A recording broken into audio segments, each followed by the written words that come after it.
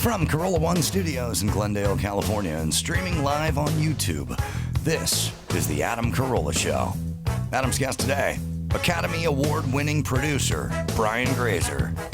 With Gina Grad on news and Bald Brian on sound effects, plus we'll play a round of made-up movie, and now, blowing harder than Hurricane Dorian, Adam Carolla. Yeah, get it on. Got to get it on. No choice but to get on. The mandate, you get it on, man. Thanks for tuning in, and thanks for telling a friend. We love that you share, everybody. Good day, Gina Grad. Good day to you. And Bald Brian. I know comedy better than anybody in this room. Like, relax. Brian to everybody. Grazer coming in. We love that guy. He's a very interesting guy. And, boy, you want to talk about how that guy climbed the ladder. Because, you know, as a producer, you're not really a writer and you're not really an actor. You're like a producer. And, man, that guy just got into so many people's offices and just went, you need me? Yeah. How can I make myself useful to you? Yeah. It's probably the hardest job to define, you know, for people I was going to say outside the industry, people inside the industry. You know what I mean? You'll ask, like, what's a producer do? And you get the manager like, it's about people. It's It like, depends. Okay. But it's why it drives me nuts when you hear all these folks talking about, like, no more internships. You pay these people. Like, you know, Brian Grazer gets paid now. At the beginning, he worked for free, but then he got paid. Right. And That's how it works, everybody. And I'm sure he was getting people coffee and doing all that stuff. What's his net worth? Chris, look it up. We can just ask him. Nominated for 43 Academy Awards, 195 Damn, Emmys. bitch. All right. Didn't he say last time he was here that he had overheard a conversation outside his bedroom window of like two agents talking and got in on that conversation? I mean, talk about gumption. I just remember interviewing him when he had his last book, and he was just Curious. explaining that he would like make his way into the building and get into the office. Yep. He'd just get in front of the person and say, do it for him. And, Yep. you know, I mean, it was Chutzpah is just, the biggest quality probably for a Moxie. good producer. well, it's first off, everything is just showing up, just like physically being there, just physically showing up, and then having the person say at the end of the day, I want that person back. When I worked construction, which is, I had no chutzpah and I had no whatever Brian Grazer has. you produce trenches. I didn't know what it was. Yes. Yeah, it was like in that movie with Kevin Bacon, Holes. Is that him? Was it digging the holes in the desert? Yeah, they're like monsters coming out of the desert. With, Just like Oh, Tremors. Oh, Tremors. yeah. Holes was a movie. but Holes Tremors was another movie, yes, but I It was was a Christy Canyon movie. I was digging holes. No, but my thing was, I got a call from my buddy John when I was living in my garage in North Hollywood, and there were no jobs to be found. And he said, would you like a day's work? And I said, yeah, I'll take a day's work. You know, that was back when it was just like a piecemeal, man. $50, I'll help you move, or I'll hack a tree down in your front yard. For sure, the rent was probably $75. I was just gun for hire. I was living in my garage at my dad's house, So I didn't $0. have rent. I didn't have money. I didn't have anything. And it's like, you could come. I'd come over and shoot a gay porn with you for $50. Noted. Like, you just have to give me $50. I'd show up at your house and I'd just pull weeds or move boxes or clean your garage out, or like, I was just like, whatever you want. I got no brains, but I'm all back, and I'm a hard worker. And my buddy John called. And he said, hey, just we need you for a day. Like, they need one guy to come up here to Silver Lake and pull ivy off the side of a house out in the sun on the side there, on the hillside. Just pull the ivy down and bundle up, pull it up the side of the hill. And I was like, okay, $7 an hour. And I just showed up under the auspices of, you're going to get a day's work out of this, and then you have $60, and that's good money, and blah, blah, blah. You're like a pre-handyman. Yeah, and my thought, though, was, I think by the end of this day, I'm going to have these guys think, oh, come back tomorrow. Right. That's what I'm going to do. And it was a day's work, but when we were done, they're like, hey, come back tomorrow. And I never stopped. That was my first day of construction. I never missed another day, because it was always like, come back tomorrow. But in my mind, I was like, I want these guys to think, come back tomorrow. And that's show up. First thing. Second thing, get that person to go, I want that person to show up tomorrow. All right, lots of stuff to get into. Gloria Allred is going into the National Women's Hall of Fame, but She's not there already? She's already there, or what was that? Next month. She was nominated in March, and next month. Why does it say November 2016? Oh, sorry. The clip. I'm sorry. I meant 2006. The clip was November 2006. You know how like Paul McCartney went in with the Screwed up Beatles 2 times. Yeah, I know. and then Yeah. as a solo act, Wings or whatever. That's right. Yeah, there's a National Women's Hall of Fame. I don't know where the hell. Where is the National? Gina, where This was your induction ceremony held? Thank you. This says Seneca Falls, New York. And she's going to be inducted in the National Women's Hall of Fame. I don't know why I think that's funny. But we're laughing. I was laughing because I was hearing her talk about it. And then she was talking about, I was picturing my Michael Richards argument with her when he dropped 1,000 N-bombs. And I'm always fascinated when I argue with someone. And here's my argument. When I was saying to her, this is going to hurt his career, and she was going, well, you don't know that. Well, I do. Right. But what I was saying to her is, if you asked Michael Richards' management if he wished this happened or not, because, look, we live in a world with experts, and it's not all tax preparation. You can be a wine expert. You can be an architecture expert. You can be a symphonic expert. We have people that are cigar aficionados. I don't know. A whole magazine dedicated to them. The point is I would say these guys are showbiz experts. Yes, they've seen a few things. And if we asked everybody in the William Morris building off of Wilshire if they were happy that this happened to Michael, or they wish they had a magic wand where it didn't happen, and if they all said no, then I think the experts have weighed in, just like you would use experts in a trial. Yeah, like climate change. Everyone agrees. Right.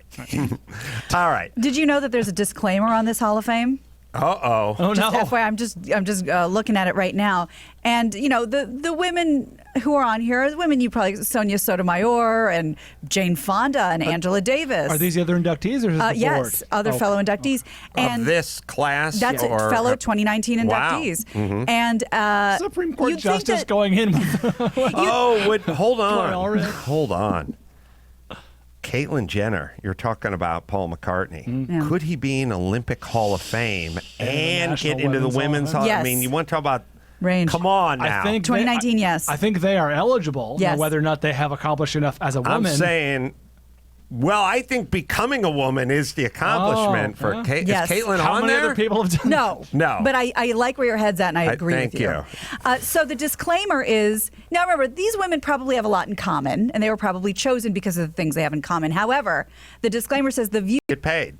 And she's like, because they're made fun of, or they were hurt, or they were angered, Felt threatened. or whatever. Yeah. Sorry, here it is.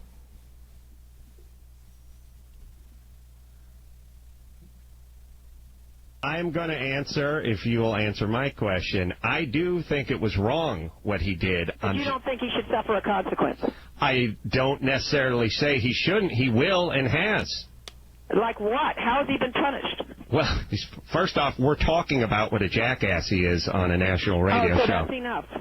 Well, some would say it's the ultimate in a certain sense. Well, I don't know, and I'll tell you why. Why is giving away money the ultimate punishment? Isn't your name being tarnished the ultimate punishment? Let me address your issue. Yes. That if he's talked about, that's punishment enough. For some people, that enhances their career if they're celebrities. The name recognition alone now is a lot bigger and broader and wider like than ever Mussolini. before, and maybe it will actually result, as it did for Hugh Grant, in a lot more career opportunities. Well, Hugh Grant had We gotta pull her out of that career. Hall of That's a Fame. poor example of somebody whose career was moved along by being I'm with a saying there's some transvestite. people who have come back strong from what appears to be a scandalous situation. I'm sure you would agree with that. Well, yeah, it's All right, hold on a second. Possible, Hold but- on. See, here's what they do. This may help him. This may help him. We don't know if this is going to help his career. It's absolutely not going to help their career. Then you shift it a little bit. People have come back strong from setbacks before. Like, Controversy. well, no, that's never happened. no athlete ever blew out an ACL and then came back. I mean, many people have come back. That is not your argument. Your argument is dropping 1,000 N-bombs on the stage of the Ice House or the Laugh Factory. Does that help? Answer, no. Now you shift to, but surely you'll agree many people have come back from controversies. Yes, right, everyone has come back kind from... of neither here nor there. Well, it exists because most people in the public eye at some point or another had a little controversy or messy divorce or a situation with it, whatever. Look, I'm going to go do the Alec Baldwin roast in a week and whatever. Has he had some transgressions? Alec Baldwin's had many controversies and has come back. Yes, Indeed. that is baked into the pudding of show business. So that is not your argument. But go ahead. Sorry, this is not about... It's possible, but I think if you asked Michael Richards whether he prefer, or Michael Richards' representation as publicist or as agents, whether they prefer this incident happen or not, they would of course say no. Well, that's not the question of whether they would prefer it happen. The question is, will it enhance his career? No. And we don't know the answer to that Yes, yet. we do. The answer is no. Because you've got a crystal ball that I don't have. No, I have a crystal brain that thinks logically. Well, you really don't know about these things. So the point is... Jesus Christ. She told you. Well, she's a lawyer. That is bailing out. I do know. You really don't know about these things. That is bailing out of the cockpit. Well, you don't know about these things, but anyway. Jesus Christ. I don't know. Stupid or liar. I mean, I'm just lying. You're just lying, right? Okay. All right. Here's my thing. I understand what you have to do. You have a position. You have to defend the position. My wish, I guess my wish as a young person and my wild disappointment as an adult is that you do a better job of defending that position. Because that's just a piss poor job. That's my 9-year-old does a better job than that. You pick a position and defend it. The thing about like a guy like Mark Garrigus, he's full of shit half the time too, but he picks... Half? What about he's full of more shit the other? But it's not as insanely transparent. No, and he has a better argument than, well, I don't know, and you certainly don't know. Right. Every human being listening knows that this is the death knell of Michael Richards and his career. It's now been 13, 14 years, and it's over. Yeah. No sitcom called Michael. Nothing. No. Okay, everybody. Is there a way to find out if Richards ever paid Gloria Allred's clients? Oh, I'm sure he did. He paid. And again, when you are a guy who has mailbox syndication, funny money like Michael Richards, and you are involved in a situation, Chappaquiddick style, or some sort of a affair where your mistress body's found at a park, or several thousand N-bombs from your best days when somebody says you can cut a check and no one will talk about it. Let it go. Yep. Do you know how many people, you know how badly Bill Cosby, when Harvey Weinstein wished they could cut a check and have everything go away? Oh, yeah. That's the dream. That's why you get famous and rich. Yes, that is not punishment. The punishment is the tarnishment of the legacy. Your legacy. The punishment for look at Cosby has the ultimate punishment. OJ, ultimate punishment. Weinstein, ultimate punishment. Michael Richards, it's always there. Still has millions of dollars, ostensibly. Yes, and it's the ultimate. It's the asterisk by the side of the name. It's just always there. It's like the first thing that's going to come up on his wiki page a million years after he's dead. Yes, and to your point, every single thing I report about Weinstein and everything that we ever reported about Cosby, every news article I ever saw said the disgraced comedian, the disgraced mogul. That is your new title. Right. It's so in the every punishment article. is the legacy. Yes. The punishment is your tarnished reputation. All right. I saw Michael Richards perform stand-up shortly before this, maybe a year or less before this. Did he abuse you? It was a very bizarre performance. It did not feel scripted. It wasn't funny. But like when I heard this, when this story broke, right, and it was like a thing, it was like the footage or whatever, it was like, yeah, that seems like something Michael Richards would do. He got caught up in the moment. He's kind of an actor. He is an actor, but he's kind of a performance artist in a weird way. Like it all added up instantly because I'd seen it the year before. I and it was heard weird things about his stand-up too, but I think you left money on the table. You probably could have got in on this I know. lawsuit. I've never heard about how much he allegedly paid or what have you. But anyway, all right.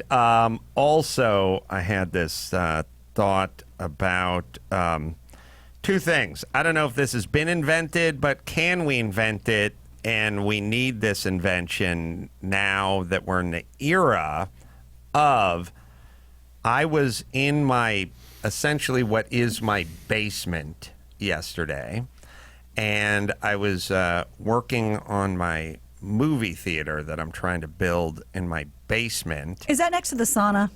Yes. Okay. Actually, it is. God, that's a great first floor. I know. And I was down there, and of course I heard the doorbell. And which is, the front door is not very close to where I am, which is a first world problem, and the doorbell rings, and I have this fleeting thought.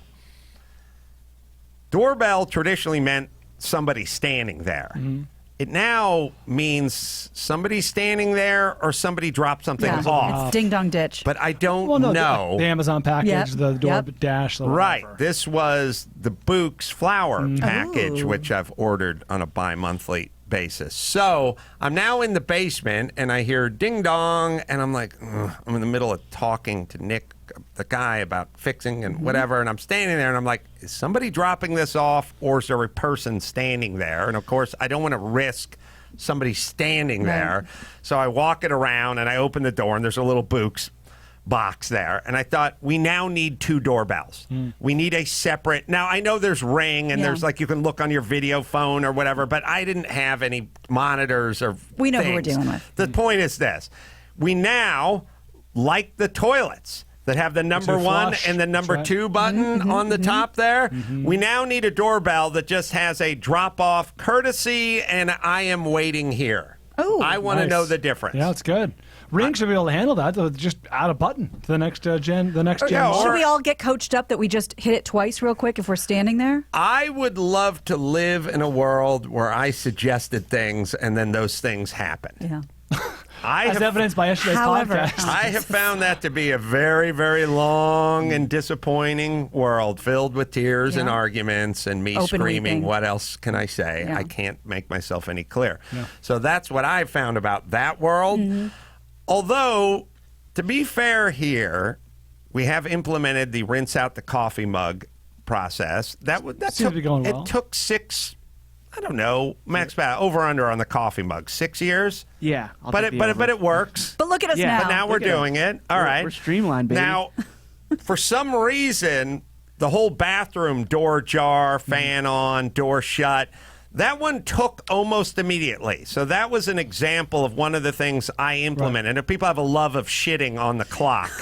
So I get why there was an initial attraction to that, where I can get paid to shit And guys, there's a toilet right there. Why on the clock? versus run a blast of sink water into a mug, which isn't nearly as satisfied as No. getting paid to shit. This is getting paid to perform a task. So I'm not attracted to that as bridge, yeah. as a hero. Right. You know. So I understand the psychological dynamic of, I like getting paid to sit on a pot and pinch a loaf, but I don't like to get paid to actually do a job, which would be bussing a mug and rinsing water on it. So thus, the bathroom protocol, which by the way, you're fucking welcome, everybody. That thing works like a goddamn charm. I have never attempted to open a door that was shut and got the excuse you. Yeah. I've never walked into a bathroom going, uh-oh, what's going on, when the fan wasn't running or anything. We all know exactly what's going on in our bathrooms all the time here, because I implemented just a little regimen, and people, very easy to remember. People bought into Yeah. it. Again, not because they love doing my bidding, but because they love getting paid while shitting. Turning into Nipsey Russell here. Johnny I never Cochran. broke down it was weird, because I've always been trying to figure out, why was one thing immediately adopted and the other thing took 6 years of me breaking down and crying and begging everyone to do. Well, one thing involved them working and the other Right. thing involved them shitting while getting paid. So I think there's One's clearly better than one the other. can argue that doesn't factor in, but I don't know. How do you explain the 5-year difference between the two? One arguably more complex than the other. Yeah. The bathroom door Several thing had steps to that moving one, yeah, parts yeah. to it. Things to remember. There's a lot of moving bowels there. Yeah. Okay.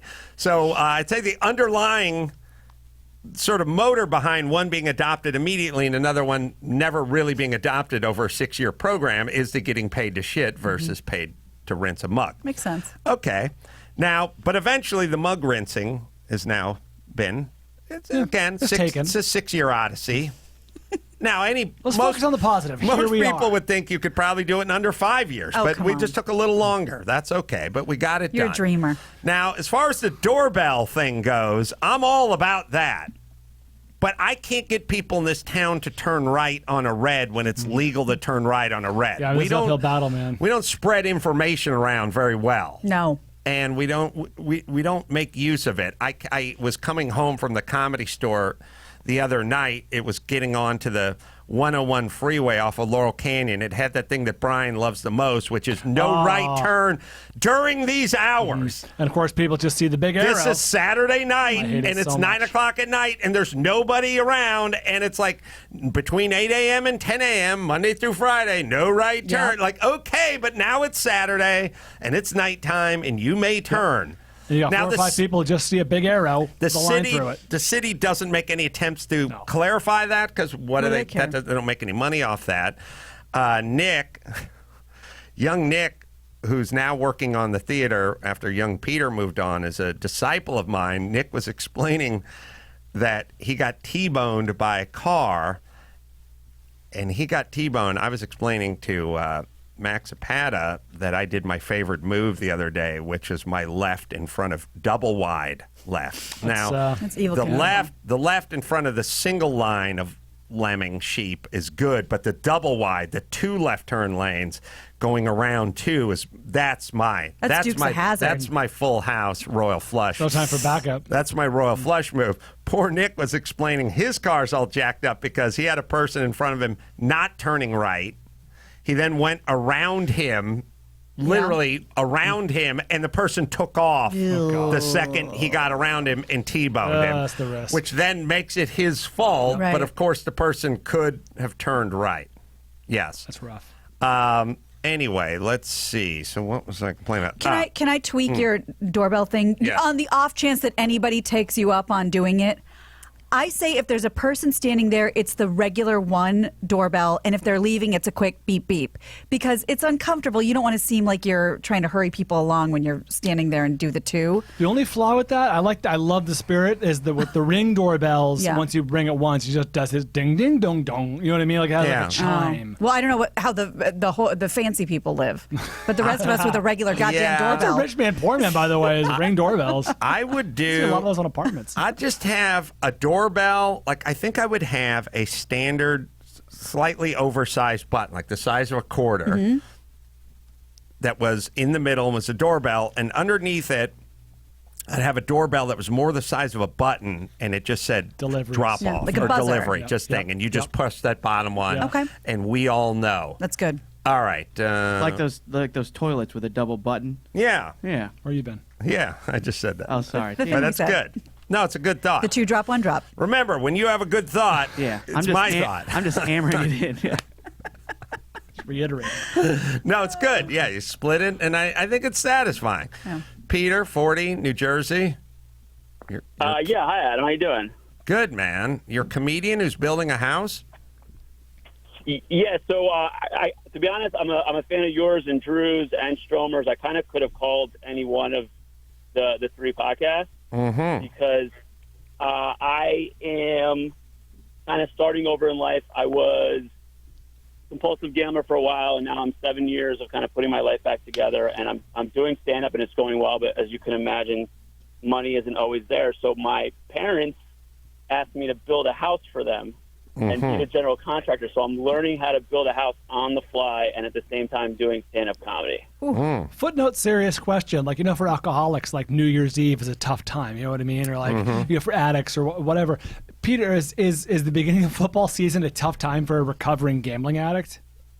You know what's funny? Even when I was in Spain and playing blackjack for 18 hours straight, I always thought people who bet on football were nuts. Wow. Even Peter thinks low of you. I gotta Oh, say, me? I've never bet on a sporting event, and I to be honest, I don't understand. Like, I wanted to sit at a table and play cards for 15 hours. Like, I don't understand watching a football game and hoping for the best. Peter, you never played sports gambling. That's why you're a recovering addict. yeah, You'd still be gambling today if you were doing the football. the To be honest, the only reason I think the NFL still exists is because of all the gambling. Oh, yeah, that and fantasy. Yeah, absolutely. got a fantasy draft tonight. Got the goddamn You do? father-son You're just the fantasy chauffeur. draft tonight. Will you make a pick No, besides which beer to drink? no, You got to drive Sonny there. yeah. Just wait in the car. Got that. Quietly gambling will take you down faster than drugs or alcohol. The guys who really have a gambling problem, you want to know, in terms of destroying your family, alcohol and drugs take a little while. Of gambling, you can be a fast sleigh Wipe you out. ride to hell. And that's what I don't understand about Vegas. In the same on the ATM, there's a number for Gamblers Anonymous, and also a button that you can borrow against your own credit card. Right. It's a real mixed message. Yeah. Yeah. Hey, Well, Peter. one of the things that you learn is that gambling definitely accelerates. And I remember being like a $25 a hand player being like, oh, I'm never going to pay an ATM fee in a casino. Who takes money out of the ATM in a casino? Within a couple of months doing that, then taking cash advances on credit card, which you pay like a hefty fee, plus it's like an accelerated interest. Yeah, it's one of those things where I was just talking to somebody yesterday. It's like if you can only drink yourself till you pass out, but you can gamble away money that you don't have. Right. That's interesting. So you can ruin your families. And I thank God I didn't do that, and I stopped before it got to that. But it was more so for me. It was like my life was just I didn't have a life. I was living in my grandmother's house, working part time as a waiter in New York City, wondering why my life hadn't worked out. Well, now you're clean from gambling. And by the way, here's a question. You talk to Dr. Drew, and if a guy's heroin or speed or meth or, whatever, pills, you go, well, he can have a beer every once. I was like, no beer. No beer. But that's not his weapon of choice. It's like, yeah, but no beer. How's that work in the gambling community? I mean, no lottery tickets. Yeah, lotto scratchers. But, I mean, are you allowed? But what about beer? I mean, what about drinking? I know a lot of guys that are both, that are alcoholics and gamblers. For me, alcohol and drugs never really had any kind of power over me, so I can drink half a beer and leave it, or I could go out and not drink at all. So yeah, well, don't leave half the beer. That Find a beer buddy. Off. Yeah, I'm not much of a drinker anyway. So I actually drank coffee while I played blackjack because I thought the other guys were suckers that were getting drunk at the blackjack table. Do you find yourself, like many addicts that I've spoken to in the past, have found themselves replacing it with sort of, some guys get a sleeve tattoo, you know what I mean? Like something to take the place. Some They people avoid. start jumping out of airplanes, or Feel doing something. free Yeah. climbing or aggressive piercings. I don't hear this with gambling so much, but that thing. Gambling is about the rush. You're waiting for that last card on poker or the dealer Yes. to turn over their whatever Do you- blackjack. Are you replacing it with something? Well, I'm definitely still a compulsive and obsessive person. So now my obsessions and compulsives are related, one, to building the house, and two, to getting my comedy career off the ground. Oh, good. So it's definitely something where I can find myself getting in that same head. Like there's sort of a head space that a gamer gets into when he's completely I try to be careful with that, but I definitely can obsess. Yeah. Still the same way I would have obsessed about blackjack and poker. Good, Brian. I mean, Peter. Sorry. How dare you? Good for you, Brian, too. But good, Peter, and keep going, man. Yeah, I was just wondering if you had any advice, because I really I'm really enjoying learning how to build a house. Mm-hmm. And comedy, like I said, comedy's going on. Actually, I saw that you had Nimesh Patel on yesterday. Mm-hmm. I did a show with him a couple weeks ago, and he hit on my girlfriend because she was sitting in the front row. That's good. I mean, she's hot. Yeah, that's a Or validation. he's horny. Yeah. Both. She's like, why do they always want to talk to me? I'm like, you're striking and you're sitting in the front row. Yeah. But yeah. I'm just wondering, because I think it's one thing to build a house for your family.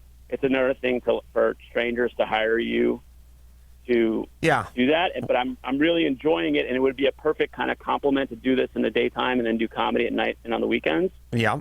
And I don't know if would you think that just starting out doing a small home improvement stuff, or I thought about starting a painting company maybe. Start by building 5 miles of subway underneath Los Angeles, and then we can get into building gardening sheds. Yes, dickweed. Of course, you start with the little shit, and then you make your way up. So do that for sure. And good luck on your journey, Peter. We're going to go to Dubai. We're going to build the largest tower in the world. Yes, start with the small stuff. Credenza. Always keep going up, challenging yourself a little bit, and I will predict that your building, which is a construction, will help you also in the construction of your comedy. There's a kind of a synergy. Yeah, I was thinking there's a sort of a the world goes. There's not such a definition between the sort of invisible world of words and the tangible world of 2x4s. I think people think there's a big chasm between, I don't know, the poets and the builders or whatever, but the building helps everything. Because all the building is, and I'm engaged in it on a daily basis, all of the building is, it's one big logic puzzle. It's one big, how are you putting this thing in order? You cannot, it's like, well, you can't put the material on the wall until the speakers are in the wall, but can we do it this way? Or how are we going to when does the carpet go in? Should the carpet go in after the fabric goes on the wall, or do you want to put the carpet in first and then bring the fabric in? What are the implications of doing it one way versus the other way? It's all one big sort of logic. Like, I was literally just looking at a beam 45 minutes ago, and I was going, well, one side of it is kind of rounded, and the other side is kind of sharp and square. So, put the rounded side down and put the cut end against the wall. Like, it is a big, fat logic workout. It's like one of those dumb park boot camp workout things for logic in your brain. That's all really building is logic, and then what the experience is learned logic.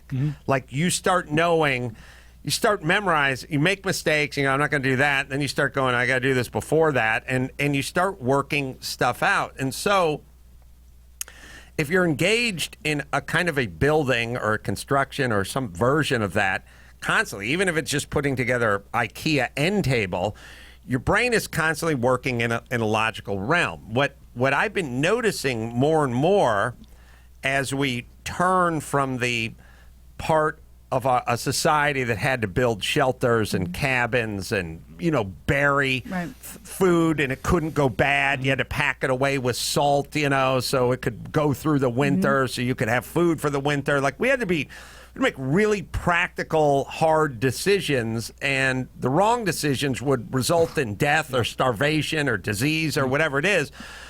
Now, in a world, the more, if you think about, like, I keep thinking about how illogical a lot of people are getting. All the air conditioning, all the TV, all the air, all the smartphones, all the Sprouts market, all the Whole Food markets, all the Grubhub coming to your door, everything. Just a car that always starts and always pumps air and never have to jiggle any wires or never have to deal with if it's raining. You rained, the distributor cap got wet. You got to dry it with the hair dryer and put it back on. Put a plastic bag over it next time it starts raining. All the things, all these little chores, these little mental chores that were such a part of our old life and our parents' life, and certainly anyone who came before us, they're all gone. And because they're all gone and we're all just kind of floating in air conditioning and food brought to the house and comfort and ease and everything, the people that are having logic and reason problems aren't the guys who work on oil derricks, you know? Well, they're also not being punished. I don't mean punished, but the way nature would punish you, like you said, for making the wrong decision about, what route to take in the Oregon Trail. You know what I mean? Like, right. Not the repercussions. We have to evolve as a species. The repercussions are nowhere near what they were, years ago. Dysentery. Yeah, when I'm not talking politics straight here, because the guys who work on the oil derricks probably have a different politics than many of the folks who live in this town. Oh, come on. But going out on a limb, I'm just saying there's a reason and there's a gravity and there's rules, and they work in a place where if you don't pay attention and you fuck up, you get killed by a piece of pipe, And I just feel there is a direct connection to us living in that world that doesn't involve the common sense that grandma used to have when she went down and took care, just the idea of digging a well and getting water out of it and all these sort of things. It was a constant exercise for your body and your brain. It's gone, and running on a treadmill and watching CNN is fine. I mean, you're burning calories, but your brain isn't really doing anything. You're doing the same thing a gerbil does. And I think we're going further. Getting push up Richard Gere's ass. God, Yeah, I was you're gonna weird. say, that's weird. The further we get from that, the more we lose our logic and reason. And since construction and building is one big exercise in logic and reason, we should all take time to have little projects and little exercises the same way you futz around with a Rubik's Cube. Do that with some form of a project at your house. It'll keep you grounded in a sort of logical world. Well, two quick thoughts, both pertaining to Peter. And the first is, that's a really good observation you made about building and comedy not being that far apart, because Gina and I took the same stand-up comedy class, and at the beginning, you're constructing jokes. You're constructing premises. It's an algorithm. It's math. Yeah, it's a formula. And that helps you get on the road to that more sort of creative thinking. Yeah. Secondly, I'm not bagging on Peter. I think it's awesome that he's turned his life around. He's focused on positive things and put the gambling behind him. It's and I think this is, you probably know from talking to Dr. Drew, this is crazy that addicts will do things that don't make sense. Like that's part of the addiction. Like, I love blackjack, but the house has an edge in blackjack. You play perfect blackjack, the house still will make money over time. Right. Football, RJ Bell's like 60% every year. Like, you can make consistent money if you're Brian, good. stop defending I'm talking about real gambling. gambling. It's not Peter's thing. I'm talking about real gambling. Good segue to RJ's parlay segment and Bet DSI. Thank you, Brian, for being the voice of reason. How you do it? It's a great time of the year. Beautiful weather and football's around the corner, and it is now getting exciting. Make BetDSI.com your betting partner. Use BetDSI's live betting platform. Watch all the events, bet games until the final whistle. New members get 100% match. 100% bonus match with the promo code ADAM101. That's double your money. Paying winners for the last 20 years plus. Top rated on review sites, user-friendly interface and mobile site as well. Fastest payouts in the industry, NFL, NBA, NHL, boxing, politics, reality TV, esports. It's all there at BetDSI. Again, go to betdsi.com. Use the promo code ADAM101, Adam101 for a limited time and get a 100% bonus offer. It is BetDSI. Okay, Brian Grazer is worth $400 million. Is that it? And he's here. And Did he bring any of it? He's got a book out. We'll talk to him right after this.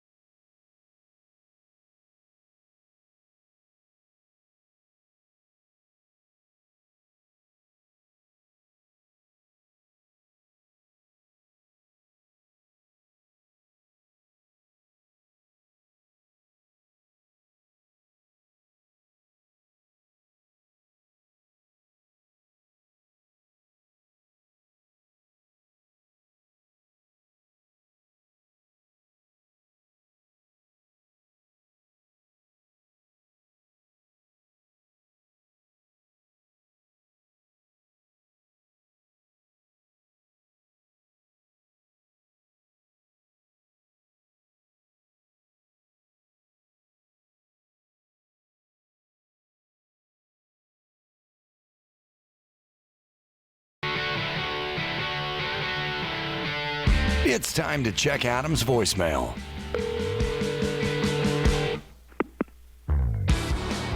Hey, Ace. Just left CVS.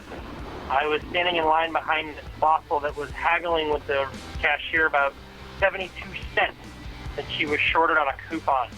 After about 8 minutes of this bullshit, I gave her a $5 bill and told her that my time was worth more than that, and so was hers. She told me I was rude, but still took the $5 bill. So I need to know, who's the asshole in this equation, me or the fossil? Thanks. You can leave us a message at 888-634-1744. It's always her. Anyone who's doing that thing where they stop in front of you in their car and they're talking to somebody who's like walking in the street, and it's like, you're just having, look, here's my old thing. Pull over. Just by pull all up. means. By all means, have this conversation as long as you like. Play chess on the hood of the car. I don't care, but pull the fuck over. Yeah. You're not having a conversation in the middle of the street. I'm behind you. Brian Grazer in studio. Good to see you again, my friend. Thank you. Thanks for having me, Adam.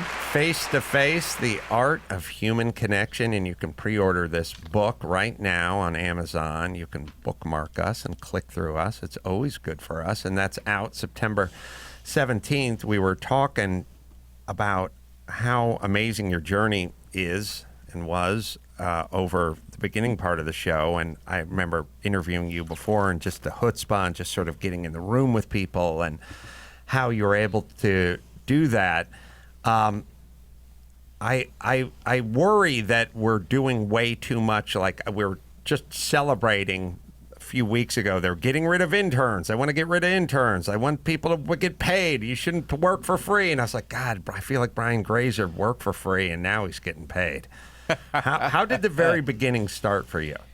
The very beginning in terms of being paid or not paid, I actually, it's a bit of a digression, but I was a paper boy when I was about 9 years old, and I told this story later to Tom Hanks at the time that we did Splash, and he said, "Oh, you're the perfect producer." Basically, this paper, I was a paper boy. It was called the Valley News and Green Sheet. Green Sheet, man. You're a Valley guy. That's right. A Valley guy. And on Thursday, if you might remember, I don't know, it was a very heavy, very thick newspaper. And here was the trick. You do these papers, throw the papers. I had about 130 papers to throw on a Stingray bike. I do 2 rounds, and it wasn't they didn't pay you. So basically, you didn't get paid to deliver, and it was voluntary payment. So I had to go every month, door to door, knocking door to door. It's not obligatory to pay, but I was working. I've been giving you the paper. Are you willing to pay me? And I'd get about 40%. Right. Wow. People pretend they weren't home. All sorts of varieties of stuff. To avoid giving you $2? They just didn't want to give the $2. Oh, Jesus. Yeah. There used to be the Herald Examiner Yeah. in this city, and the Green Sheet and all that. Yeah. You grew up in the San Fernando Valley. Whereabouts? In Sherman Oaks, about 4 blocks from, it was on Weddington Street, about 4 blocks from Notre Dame High School. Where'd you attend high school? I went to, Nobel. Oh, high school I went to Chatsworth High School. Because then we moved to Northridge. Moved up. Yeah, it's a weird, I'm thinking about it now. I think there's a sweet spot. The guys who went to 1 high school, not that interesting. The guys who went to 8 high schools are in prison. The guys who went to 3.5 are always interesting. Yeah. I mean, they moved, their dad charmers, got they know a how to talk job to people. somewhere, they moved around a little. Recruited athlete. I feel the same way about jobs. 1 job will get you paid. 3 jobs, you don't get paid. 8 jobs, you get paid a shitload of money. Yeah, I had a lot of jobs. Yeah, so now how do we... The biggest question, I think, for anyone who has children or anyone who would just like to see society work and function is, how do we instill a little that go get some in people? I just feel like there's so many dogs that won't hunt. I just know people. It's like, I'm not doing anything. And it's like, why not do it? And it's like, because I don't. And I don't really blame them. It seems like it's in their blood or something. Like, how do you get people to have that motor? How do you get people to do. And I know there's all this talk about, well, they have to be enthusiastic, but we just all know the people that don't move, and then the people that move for 5 people. You're a person that moves for 5 people. I do. How do we graft that onto somebody else? You try to overcome a disability. That's how. I had a very acute dyslexia. And so the early part of my life, I couldn't read at all. And so in elementary school. Same with Adam. Yeah, same here. Really? I didn't have dyslexia. Well, the I early was part, the just middle part, and the stupid. late part. Yeah. Yeah, I couldn't He's couldn't not read. into it. I didn't learn how to read. Aggressively not into it. So I think it's sort of a combination. It's that and then shame avoidance.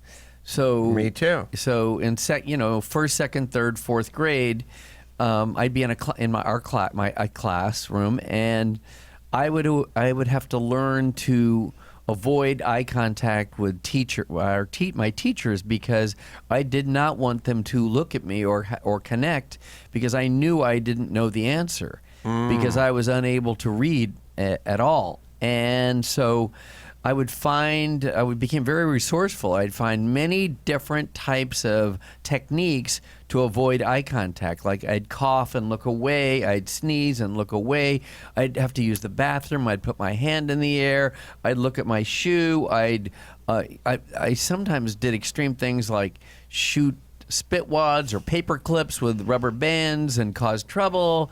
I did lots of things to avoid having to try to respond publicly to a question that I knew I was unable to answer. Well, this is an interesting revelation because I, too, could not read. I, too, then had shame about that, and I, too, have eye contact difficulty because you realize that you're sitting in an environment where if you're called upon, there's going to be a lot of embarrassment that's going to follow. I have vivid memories of having, Mrs. Parker look at me and go, Adam, go write the PE schedule for the girls and the boys up on the chalkboard. And I spelt girls with a U. Wow. I just went G-U-R-L. And everyone's like laughing at me because when you're in the 5th grade, you're supposed to be able to spell the word girl. But I just was sounding everything out. And I remember thinking, no, I'm not getting up there again. But I can't, when Mrs. Parker walks by, I got to look down because if we do this, same thing. There's going to be, so that was the sort of shame. The not reading is the genesis of it. The shame is the byproduct of not reading. And the eye contact is not activating that shame. Correct. Yeah. So it's interesting. We both went through exactly the same trauma, really. And there was a point where I could read a little, and then there was a point where I understood how to take a test because I could.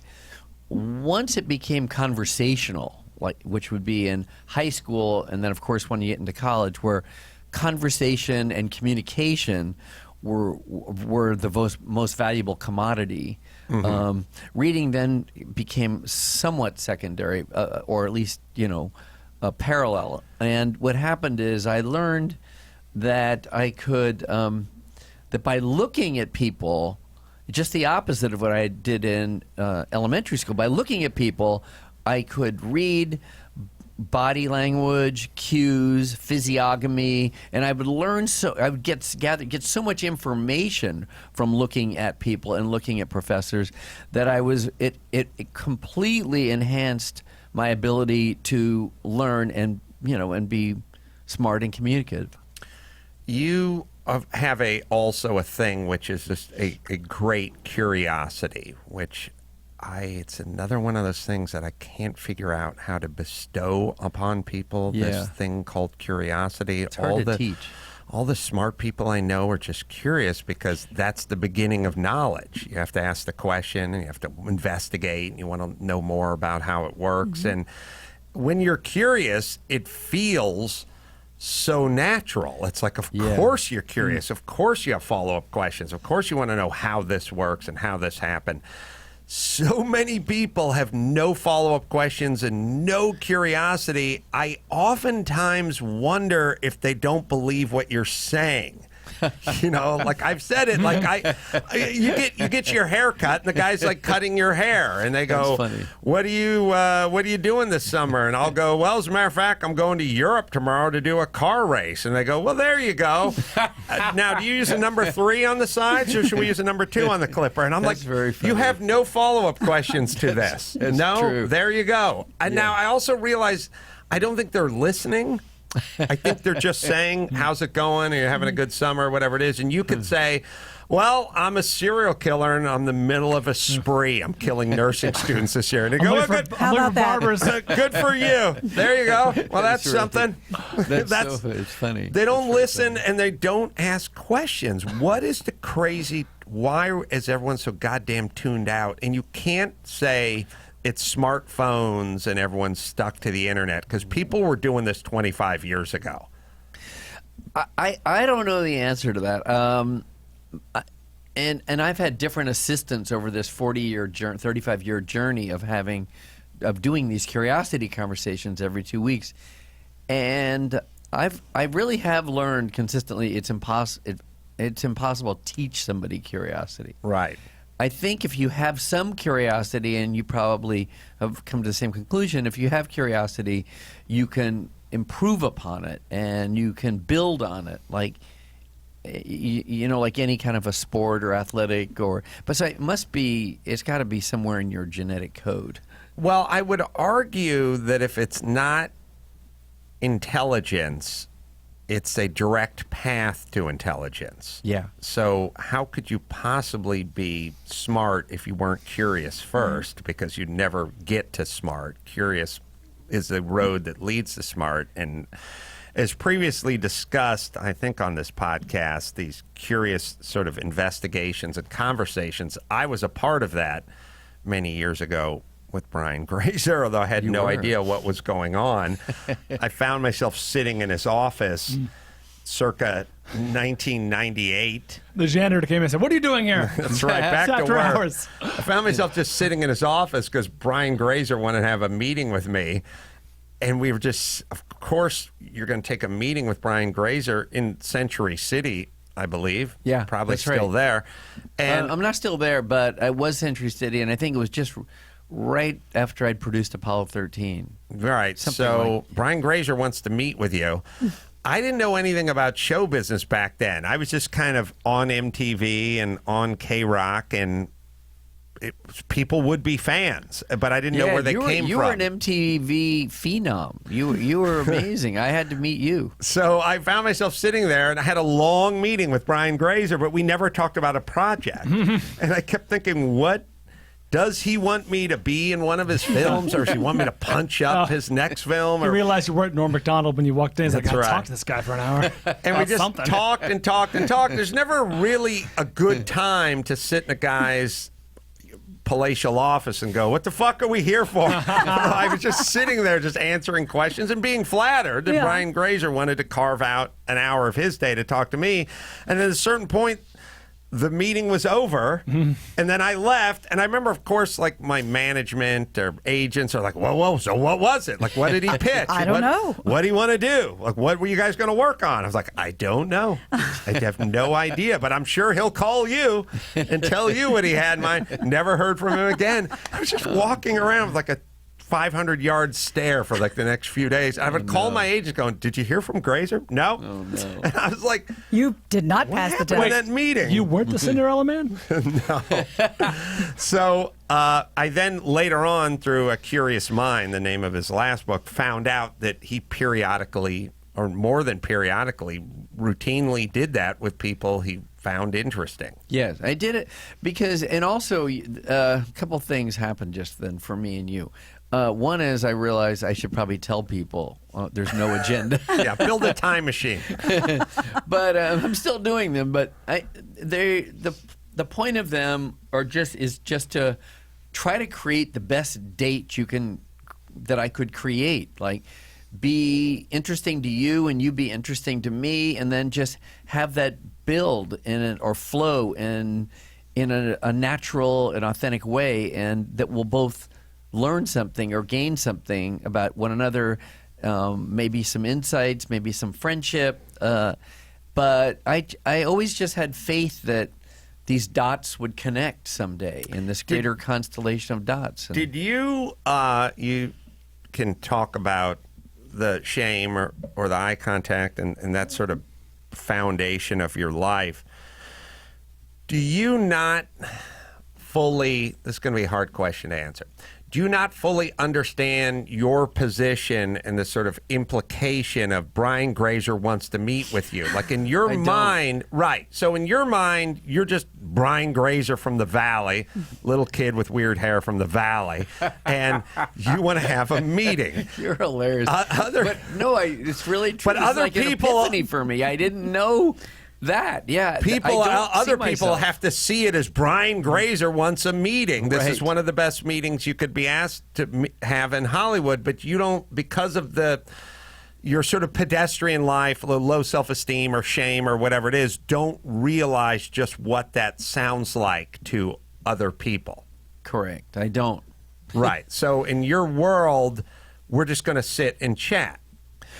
Yeah, in my world, I mean, yeah, because I had, the very early period of doing these conversations, I had to beg, borrow, and steal and meet assistants at parking lots or on their way to a restaurant and say, I'm the guy that's trying to meet Dr. Jonas Salk. And so I was always sort of hustling, I always had to hustle. But I am humble, and I like to protect humility, and I like to protect, honestly, this sort of beginner's mind to life and experiences. Do you, when you always had that sort of hustle, which is another thing that would be great, curiosity and hustle. If your kids are curious and they hustle, then they win. I mean, that's it. There's nothing that's going to stop that. But I think people assume that hustlers always think it's going to work out or know it's going to work out. I never had any thoughts about it working out. I just had thoughts about hustling. I didn't have thoughts about what the end would be like or the end game would be. When you were meeting with all these assistants and trying to get your foot in the door and so on and so forth, were you thinking about here's where I'm going to be in 5 years, or were you just thinking about movement? Well, the curiosity conversations were one thing, but I did apply that hustle and curiosity to trying to get into show business and then trying to make a movie and trying to create leverage because I had no leverage. I didn't have the money to buy a script or buy a book. And so I did have I was living in the finite game instead of the infinite game, and that finite game was about trying to create results. I was trying to create results in my early 20s.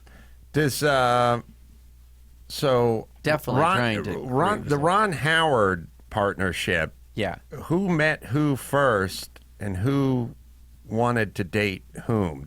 Who sought who out? I sought him out, but basically I was already.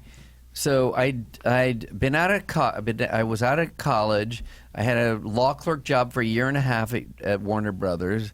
I got fired, and then I thought I was so smart because I'd done Curiosity. I'd done these conversations for a year and a half every day with chairmen of studios, and I was really targeting the industry to learn about it, demystify it, and I learned a lot. I really was able to, fly this Cessna through a fog and get it. So I thought I should be president of some company, even though I just got fired. Right. That didn't work at all. So I stayed collecting unemployment, $72 every 2 weeks. It's very low, but very true. And I thought I better just don't go for the highest job, go for the shittiest job. And I got it. I got the shittiest job working for I'll say his name. His name was Edgar Sherrick. He was a kind of a television icon. He created the wide world of sports. Is it related to Tom Sherrick? Not related to Tom Sherrick at all. No. But no, it is coincidence. In any event, he hired me to be his abused assistant. Oh, really? I wasn't his number one assistant. I was like number 3, and again, he'd yell at me every day. Was a very abusive guy. And oddly, this other guy, the same age as me, named Scott Rudin, who became, a well-known producer. We both worked for him. He worked on the East Coast and got abused on the East Coast. I worked on the West Coast. But basically, this big producer said, "Look, you guys are kind of nobodies, and if you want to stay here, stay here. And if you have an idea and you can sell it, you can produce it." And I created ideas that I could sell, believe it or not, like at 24 years old. And one was a 20-hour miniseries on the 10 Commandments, where each commandment was used as an underlying theme in a contemporary moral dilemma. So modern movies using that commandment as, as a lightning rod. And I also produced a very highly rated TV show that was just kind of good-looking people called Zuma Beach. Oh, yeah. With Suzanne Summers and Rosanna Arquette and Timothy Hutton and a few others. Yeah. Michael Bean. What's that? Michael Bean. Kalen's dad. We have his son Michael here. Bean. Can we see some? They all kind of live together in a house that didn't have a ceiling. Was that it? Like a lot of these places where it's just very lofted. Very lofty. I remember. It what was year was 24 that? hours of probably 1975 or 6. Mm-hmm. Yeah, I remember that show. Just good-looking people. Good-looking people. It's Kalen. Oh my! We're looking at. You guys are amazing. You punched that up so fast. That was wow. Great. JD. I love it. I was about to request some shirtless shots, but here we are. Don't take it away. I'm going to screenshot. I love Get a screenshot of that. Oh my gosh. Yeah, okay. I do remember that show. It was back when shows came out and you would have to see them. Yeah. Now, what do you do? It's Not like, watch? Yeah. Now it's like you've not seen that. No, Pawn Stars is on the Ring doorbell network, and you're like, yeah, I don't have that one. Yeah, there was no Fox TV. It was just 3 networks. Yeah, it's just whatever came out, you would just watch. Like I'd babysit my neighbor on a Friday night. Whatever was on Friday night, that's what I watched. Exactly. So I had produced these things, and for this guy, and I wanted a little raise because I was getting lots of offers from everybody. Mm-hmm. And he said, no raise, and he chased me around his car, ran after me around his car. It was on Roxbury Drive, and his wife, Carol, don't, Edgar, you're going to have a heart attack. Edgar, he was chasing you because you asked him for a raise? I asked for a raise. And Let that be known. And then I took a job, pretty great job at a very high amount of money at Paramount, working for Michael Eisner, and I was running a television. Mm-hmm. And then I quit after 2 weeks, but he changed my deal, gave me the same amount of money, but let me be a producer, and put me in this building and said, okay, if you're quitting, I'm not letting you go anywhere else, but you can stay here for 2 years. We'll pay you the same amount with bonuses if you get some pilots going. So now I was on the 3rd floor of a building called the Producers Building, right above Robert Evans, of all people. Oh, man, the name Bob Evans gets ink, baby. So I look out the window. He's still alive? He is. He's alive. I'm almost positive. He's still in the picture? He's still in the picture. Very good. I think Paramount just got rid of his office. That was in the news a month ago or something. Wow. We can look that up. Sorry. He's 89.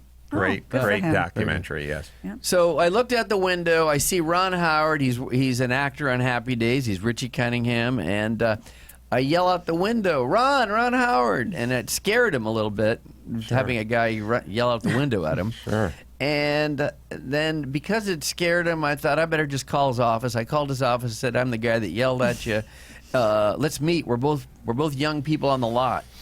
And he went for it. He's very shy. And the minute I met him, I thought he had this sort of aura of goodness about him. It was very attractive to me. I thought, wow, I could use some of that. And that's how it began. Well, talking to so many samples of people, Jesus Christ, a never-ending Costco platter of things with cellophane toothpicks in it, and you've tasted them all, my friend. I have. Something Bob Evans might say. So you get a pretty good read on people pretty fast, right? Because Yes. I feel like most people are like, I don't know if I can trust that guy, or he's in the probation We'll see what period, or we'll see happens. what happens. I feel like if you are exposed to many different kinds of people and you sit down with them, some of it is a look and a posture and whatever's going on a sort of cellular level that you're not even aware of. But the other is, you meet a guy like Ron Howard because of all the people you met before him, and it includes being chased around a car by an asshole boss. Like you go, I don't want that breed. You know, Right. like you know Yes. what you want, you know what you don't want. Yeah. because you've seen it. You've seen both ends of it. But you meet him, and that vibe is immediate, but you trust it immediately because you're tuned in now because of so much you've done. All you've done is tune Well, just yourself the experience entire stuff. time. Yes. It's like That's dating a someone really good crazy. point. Like you end up with someone normal, and you're like, oh, this is what that's like. Feels good. Yeah, it's hard to really figure out where the crazy ones are, the normal ones are, until you've cycled through some crazy and some really sweet. But you did cycle through intentionally so many of those people that when you met Ron, you were like immediately dialed in, right? Yes, immediately dialed in. And you never had like second thoughts or worried about this guy ever stabbing you in the back, or this business is filled with those stories of betrayal and everything else, and you were never wrong about him. Never wrong about him. He's, I mean, look, he is as nice a guy as he appears to be, and he's probably a smarter person than you think, because you think he's just a nice guy, but he's got so much cinematic and film wisdom. He's a cinephile in his own way, and everything he experienced working with Henry Fonda, John Wayne on up. I mean, he didn't become a porn star. He became a Oscar-winning director. So he is. I've never doubted him at all. I think everyone's. I mean, some of it is picturing him as young Opie or on. Andy Griffith. Yeah, and Andy Griffith, and then Or Richie Music Man. Cunningham and all that kind of stuff. You could have just picture that guy. Oh, this guy's a sweet guy. Winthrop. But the vibe of that guy is very, very sincere. And also, why should he be an expert? He's been just doing this literally his entire life. Exactly. And his he dad and I everyone are- else. Oh yeah, we are opposite people. I mean, we live our lives almost completely opposite from one another. And he would be more of an internal person. I'd be more of an external. I'm more of a prospect. I'm more of a prospector of ideas and people and things and experiences, and a risk taker. And he would be more of, he finds that hole, or I find a hole in the ground, and he is able to dig down through the middle of that hole to the center of the earth and find gold. But I feel like that's good It's in good. that if you both had the same skill set, then one of you would be redundant. Exactly. And I bet it'd be you. Yeah. Because I like Opie. I know, He's you're funny. right. That's funny. That's funny. All right. We'll take let me hit Castro, then we'll take a break. We'll come back. We'll do some made-up movie. I think we have someone who's uniquely qualified to do that. First, Castro Edge, you can tweet us at Adam Carolla Show, hashtag Adam Carolla Show, at hashtag Castrol Challenge with your questions. Castrol formulated fluid, titanium technology. What do you got, Max Pata? All right, Fern Android on Instagram wants to know, hashtag Castrol Challenge. Adam, what is your number one tip for maintaining a car? Cars don't take a lot of maintaining these days because they're that good. My tip is air in the tires, man. Keep the tires even and keep them good. And do yourselves a favor, keep your car clean. It's an expression of whatever's going on inside of your skull that the rest of the world gets to witness on a daily Take a peek. basis when your car's a mess.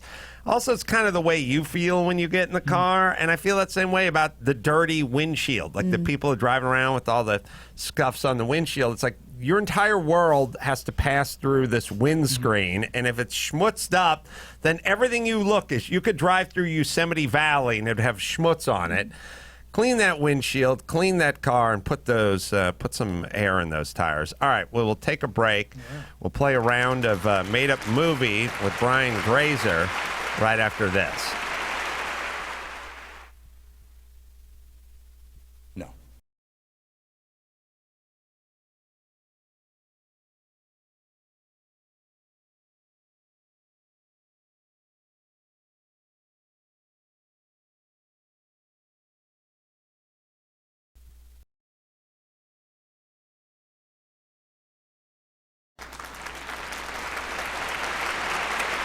All right. Brian Grazer stepped out to shake the dew off the lily. Take an important phone call, I'm he's sure. taking an No, I important really phone don't call. know. Oh, no, he is. Oh, okay. Good for him. How about your dad being in Zuma Beach? Yeah, I didn't even know that. That was the first time I've heard of that. And you call yourself a son?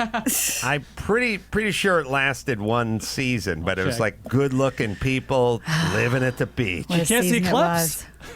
Yeah, it's. I just remember there was one more place I wasn't going to go as a kid. Like That you technically could have gone. Ironically, at 12 miles away. I know. There's a TV movie, 1978. A fading rock singer goes to the beach to get away from it all and winds up getting involved in the lives of the teenage beachgoers. Yeah. Wow. All right. So Brian Grazer back in studio. Made Up Movie. The rules are we get the title and then we build the movie around the title. Mm-hmm. We'll hop on line. Intro. Oh, we have an intro. This fall, Adam Carolla finds love. Shut that yitty mouth. Made Up Movie. All right. Thank God we did that. Alan, 31, Phoenix. Yeah, so I had an idea for a movie title. It was No More Talking. No More Talking. Brian, you have thoughts? I have a place to start. You guys have to build this out. But Mr. Grazer, think about this. We need to get someone, I was going to say talk show host, but it needs to be a podcast host. That's the era we're living in, right? Mm-hmm. So like Christian Bale or someone, Matt Damon maybe, somebody who can really stretch and play annoying. He's like a right-wing, like talk show host. He has a podcast. He's racially insensitive. Maybe he's insulting, certain groups. Mm-hmm. And a very hot young actress, Awkwafina. She's a lesbian. She's in PETA. You know what I mean? Mm-hmm. She's vegan. She's woke. She does not like this Christian Bale character, whoever this is. You know what I mean? She finds out where he records from, takes him hostage. Kind of like an Airheads, kind of like what's the talk radio situation? No More Talking. Yeah. No More Talking. Yeah. She's like, now we're gonna talk about things I want to talk about. So it's a cultural sort of nod to where we're at culturally. Yeah, we're silencing apart. and That's right. the takeover. And this guy does Twitter. He's always on Fox News or whatever. He's on Twitter. He's riling everyone up. He's getting his She just can't desserts. handle it. Yeah. She goes to all her meetings and they're always talking about him. You just see what so and so said. I'm sure love is found at some point. Maybe with an assistant. I don't know if between them. That might be tough. Oh, it's always got to be between them. Well, then maybe we can go age appropriate, like a Jesse Eisenberg, because maybe he's like he's got a punchable face. Right. Brian, what do you think? Any thoughts? Yeah, I think it's a great idea, but I probably would go Johnny Depp right now. Okay. Ooh. Okay. Oh, yeah. Okay. He's got a lot more tattoos than Christian Bale, and with all those tattoos, he is going to be able to. He's got a reason to be anonymous. He's got a reason to hide out and be like this singular entity in this odd place that's Can we just off the coast of Fiji. Right. Let me feed this one in a little bit. Please. He was a former sort of left-leaning Air America kind of guy who couldn't get any traction.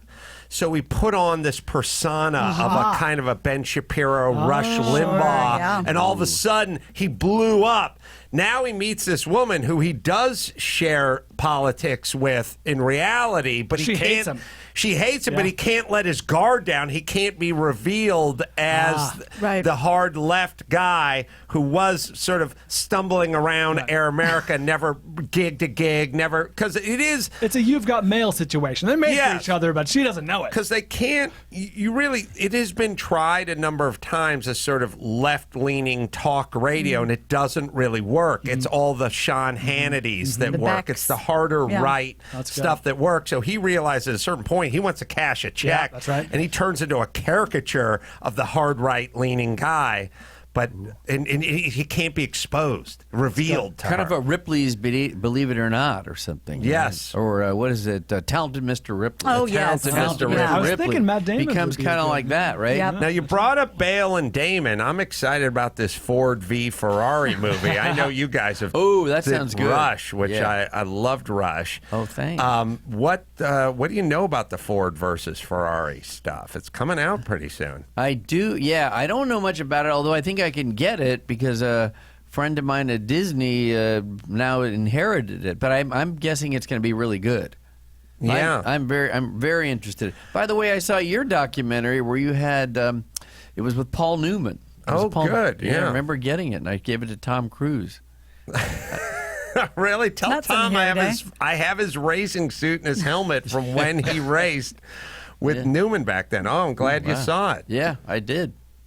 So, well, where are we now in the Oh, story? all right. Hold on Well, a this is a second. go. This is a go picture. This is all right. Oh, this is a real movie now. So he basically had, we have that whole scene where he kind of looks like Mark Maron with like the soul patch and the glasses, and he starts shaving Cleans it it off, off, and he cleans it starts off. doing it Yep. off. We see him putting the American flag Lapel lapel pin, on yeah. his thing. You see those weird, The stupid cuffs. hippie bead bracelets, come off. whatever the stupid bead bracelets, the wooden bracelets all coming on, And on goes the- Rolex, yeah, the the different gold colored Rolex cuffs. goes on. Different colored cuffs Yeah, over it's a the- whole The white cuff. montage Yeah. scene where he's Wow. ready, and at the end we get the whole look at him with the hair, the pomade, Slicks and the back. hair, Strong jaw. strong jaw, Bow tie. Yes, Yeah, It's good. yes. Maybe challenges like he does a rap battle with Kanye. He does one of these kinds of things. I didn't see see that it going coming. that We didn't see direction. it That's going that great. way. I think he does a rap battle, with Kanye because he feels like now they're both vying for, our president's point of view and Okay, trust okay. and everything. Do you know? Wow. Do you have?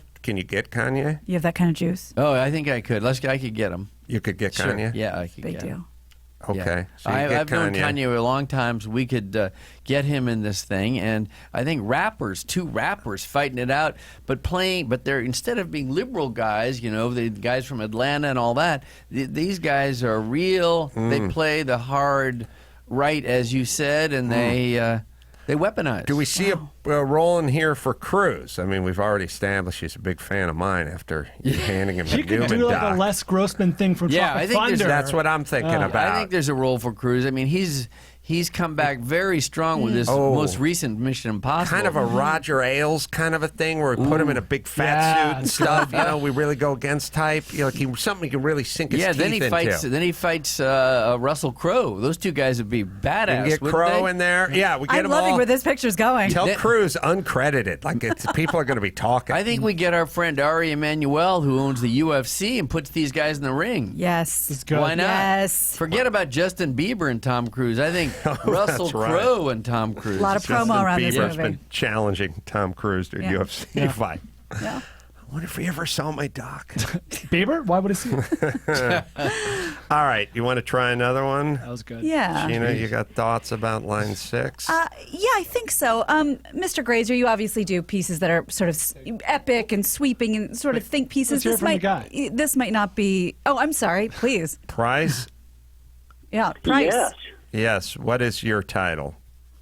My title is Think Tank. Yeah. Okay. So boy. it seems like something that could be heady, but why go that direction? I'm thinking screwball comedy. Yeah. This is a girl who is a swimsuit model, very vapid, always got by on her looks, still kind of just doing that thing. Yeah. But she's finally getting to the point where she's sick of being disrespected. She's sick of just being loved for her body, and she can't take it anymore. She's not very smart. She's taking night courses. They're not taking. Everybody kind of makes fun of her for being stupid. But one day she goes to a photo shoot. She sees a tank top. She puts it on. Suddenly, she's a genius IQ. tank top, this think tank, Oh. becomes I this sort of caught that. superhero Oh, cape it's got a for her. supernatural element. Jason Yeah. in his multicolored rainbow sherbet Joseph in shirt. his amazing Technicolor I'm not Dreamcoat. gay. I don't know. It's But I think what title. happens is so that- there's magic in the There's tank. magic in the tank, the think tank. Oh, so it's like the mask. Yes. Like Yeah, the yeah. female yes, mask. Yes, now she's That's a a genius. real movie. That's a good movie. That's people would pay for that movie. Thank That's a you. theatrical. You that's can have that, that's Mr. Grazer. It's not a streamer. That's a theatrical release. It's a wide release. Yeah. Oh yeah, man, that's IMAX. Remember Weird Science? Incredible. Yeah. Oh, Kelly Weird LeBrock. Science Oh. meets the mask. Yes. It's Today's Jason in his version. Technicolor Yeah. multi-coat there. Yeah, she this puts it on, Yeah. and she all of a sudden she says, indubitably. Like right when she puts it on, she doesn't even know what that like meant. Flowers for Algernon. Right. Maybe a Margot Robbie or someone is so stunning. Margot Robbie's right. Like looking at the sun. That's it. Yeah. Right. Now, You're All hitting all girls like Yeah, to be I feel smart. good about it. Yeah. now, what about her man? What about the relationship? Very Oh, good she outgrows question. him almost instantly, and she like goes for like the nerd type, right? Right, because the she said brainiac. now all of a sudden she's attracted Yeah. to the intellect. Exactly. She's evolved in other ways. You know, this is an So we election. have Hemsworth. And she's kicked him to the curb. She kicked him to the curb. Maybe you go to John Malkovich. Oh. An older guy. Yeah, older guy, John Malkovich. Yeah.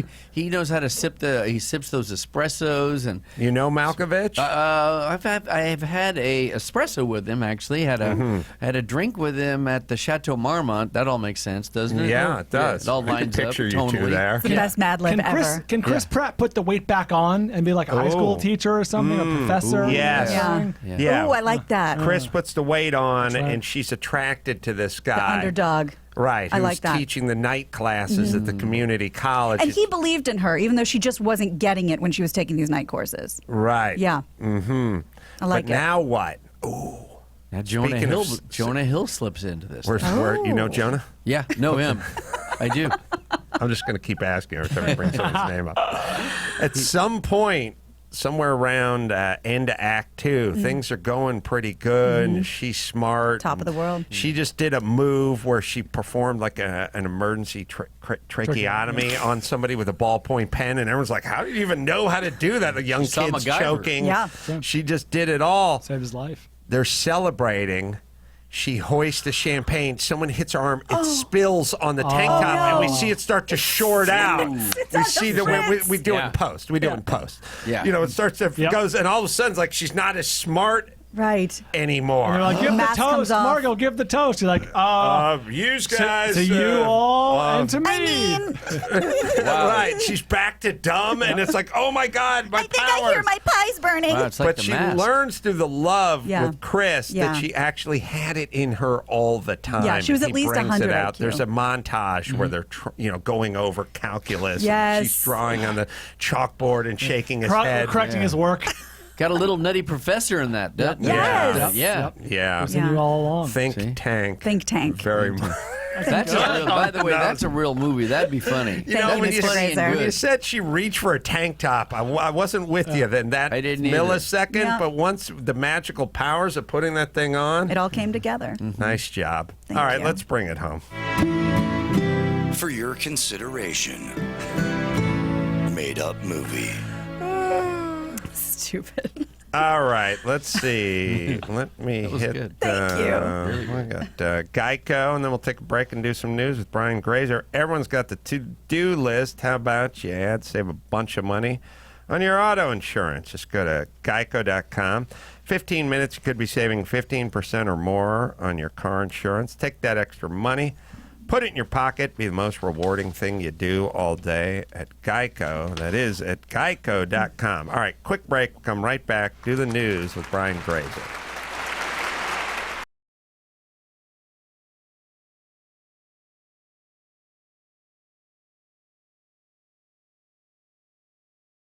News with Gina Grad, breaking viral, all those crazy Trump tweets. Give me news with Gina Grad, trouble in the Middle East, celebrity drunk meltdowns. Need news with Gina Grad. The news with Gina Grad. Brian, I'll get you my next doc, which is the 24-hour war, which is Ford v Ferrari, the real story about what went on over there at Le Mans, Europe, and how that battle really took place that the movie's about. I'd love that. Really? I think you'd like it. Yeah, I would love it. Mm-hmm. Well, I'm fascinated with that. It's a very interesting story because it's kind of David and Goliath, but David was the favorite. Ford was Goliath. Ferrari was David, but David won all the races and Ford didn't. So it's this weird thing of it's sort of in a weird way. It's kind of bombing of Pearl Harbor. It's like an awakening the sleeping giant. Like Ford wanted Ferrari. Ferrari insulted him and told him. Ferrari said, "Yeah, I'll sell you a Ferrari for like $16 million." Ford was like, "Good, I'll buy Ferrari, and then we'll start winning." And then he threw him out of his office, and he basically was using Ford because he wanted to get an offer from Fiat, and he wanted to keep it in Italy, but he was just sort of telling Ford, "I'll sell it to you," just to get some excitement going, and then he threw him out of his office. And then, like America, after the Pearl Harbor, Ford went back to Dearborn and went, "Now it's war, and we have billions of dollars, and we're going to beat these guys." And that's basically that. That's a great story. And Ferrari was like a little boutique company. Like, you think that's what this movie's about? No. Okay. No. Yeah, it is. That's the movie. that is the movie. Matt Damon but you have is a documentary that sort of explains the whole thing. Came out a few years ago. Yeah. Oh, I want to see that. Yeah. Yeah, I'll get you that. Okay, thanks. Sure. You like Blu-ray? Sure, but couldn't I just get it on a service or no? I think you could. Okay. All right, we'll work make it that happen. out. Let's work it out. Yeah, I want it though. Well, Dave Chappelle's new comedy special, Sticks and Stones, just dropped on Netflix. And Dave had a few things to say about society, about celebrity cancel culture, when he kicked off by defending Michael Jackson, saying he doesn't believe Wade Robson and James Safechuck, the two accusers featured in the HBO documentary. He also goes on to do a few impressions, and one particular one seemed to catch the audience by surprise. And now, of course, everyone's using the word outrage and backlash and all this other crap. But this is one of the clips from the special. I want to see if you can guess who it is I'm doing an impression of. All right, let me get into character. You got to guess who it is, though. Okay, here it goes. Hey, if you do anything wrong in your life, and I find out about it, I'm going to try to take everything away from you. And I don't care when I find out. Could be today, tomorrow, 15, 20 years from now. If I find out, you're fucking finished. Who's that? That's you. Yeah, it's a good line. That's what the audience sounds like to me. That's why I don't be coming out doing comedy all the time, because y'all niggas is the worst motherfuckers I've ever tried to entertain in my fucking life. Yeah. So you can imagine people had thoughts. It's always funny if you go do a corporate gig and it's a convention for lawyers and you start going, "All lawyers are pariahs who don't deserve to live." They'll start laughing and cheering, which is always weird when you direct it at them.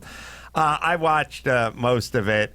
You know, what he does is he kind of says the thing that's shocking, and then he kind of doubles back with a joke on it, and then he kind of does a, "Did I just say that?" And he makes it sort of work, even though he says the thing that upsets everybody. So he comments upon comments upon comments on it. Yeah, he does it. There's a way to do it where you say it, you shock everyone, and then you kind of deconstruct it a little bit. And it's also, he's Dave Chappelle. He gets a lot. I'm not sure Ron Howard could get away with that. That same speech? Like, he's black, so he's in a little bit of a intersectional world, and B, he's Dave Chappelle. You have to kind of earn your way to Dave Chappelle.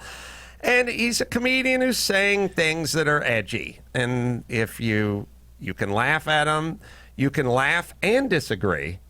There's nothing says you have to agree with comedians. You're allowed to just laugh at them. You don't have to go, "Oh, I can laugh and be against molestation." I've got that kind of range as a human being. I'm so evolved. Doesn't mean it's an endorsement for anything. You're allowed to have a laugh about it. He did a joke, Max Zapata. He did two. He said, "I'll do two impressions." Yeah. He did one before it, and I didn't get it. I didn't get the joke. Yeah, let's play it. We can play it. Did you get the joke? I did get it. What was? Oh, well, we'll play it. Yeah. I was I was confused about it. By the way, the 24-Hour War is up and it's on Amazon Prime. Can you afford Amazon Prime? Yeah, sure. Okay, I'm just asking. It could be north of like $4.99. Yeah, it's not an insult. I know it's a write-off for you, but I'm just asking. Some people don't have the bread. That's on the Imagine. I don't want to assume you do, but you can afford it. Yeah, I can afford it. Okay, and it's a write-off. So I'm going to take it. Okay, I got check it out on Amazon Prime. I'll give you a Blu-ray copy anyway. All right, here's the... He just said, I do 2 impressions, and this was the first one he did. So in that spirit, tonight I thought I'd start my show a little differently. Tonight I'm going to do something that I'm not particularly good at, but that I like to do. Tonight I'm going to try some impressions out.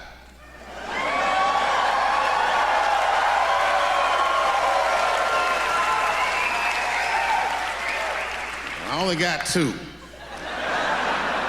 All right, the first impression's kind of dumb, but I like it. This is my impression. You ready? This is my impression of the founding fathers of America when the Constitution was being written. You ready? Here it goes. Hurry up and finish that Constitution, nigger. I'm trying to get some sleep. It's hilarious. But what's he saying? He said that the slave, they farmed out all of their work to the slaves, so why wouldn't they farm this out? Oh, so the slaves did it. Okay. Well, I think my understanding... The problem is he uses nigga like for everyone a lot. So he does it white people, black people, and everyone else. So you don't know he's talking about black people or just someone. He does throws the nigga thing out where he's like about the white chick too. So I'm not... That's what screwed me up, I think. He does have a pretty famous white guy voice, which he used in that, so it's like a white guy saying it to a slave. So they farmed it out to the slaves. All right, now it's funny. It's the overuse of the nigga thing for white people or anybody that screwed me up a little. Like now? Yes. See if we You're can allowed go to for put 4. an A on it. Come on. You are? All right. Yeah. Grandfathered It's in. been decreed. The College Board, which Brian runs... Grazer. Yeah, Brian Grazer. The College Board, which runs the SAT college admission test, dropped its plans for an adversity score. We had talked about that this was the new test that everyone's going to get. This is the new score you're going to get. Grazer, please. Factor it in. Yes. This was an idea of creating a score using a combination of factors like socioeconomic background and rural versus urban versus suburban, all the things of that nature. Yes. So the move was in response to pressure from parents and teachers who weren't happy about all the complex life factors being reflected in just this single number. Well, it's always a bad idea. Here's the slippery slope of all of this shit, which is you start factoring in this person's has Cherokee heritage or made less than $42,000 a year, and people are going to start gaming the system immediately. People, just like the stupid notes from their doctors and dogs on the plane. You know what I mean? Like your family, your couple, you make $81,000 a year. You start figuring out if you can get that number down. I mean, first off, it's all over the place. There's schools, like there's an elementary school. You're going to find out about this soon enough, Brian. Tell me all about There's an elementary school, I don't know, it's Carpenter, and it's over in Studio City. I don't know, maybe Brian Grazer went there back in the day. It's, it's Riverside Drive. off of Laurel Canyon and whatever. It's a good school.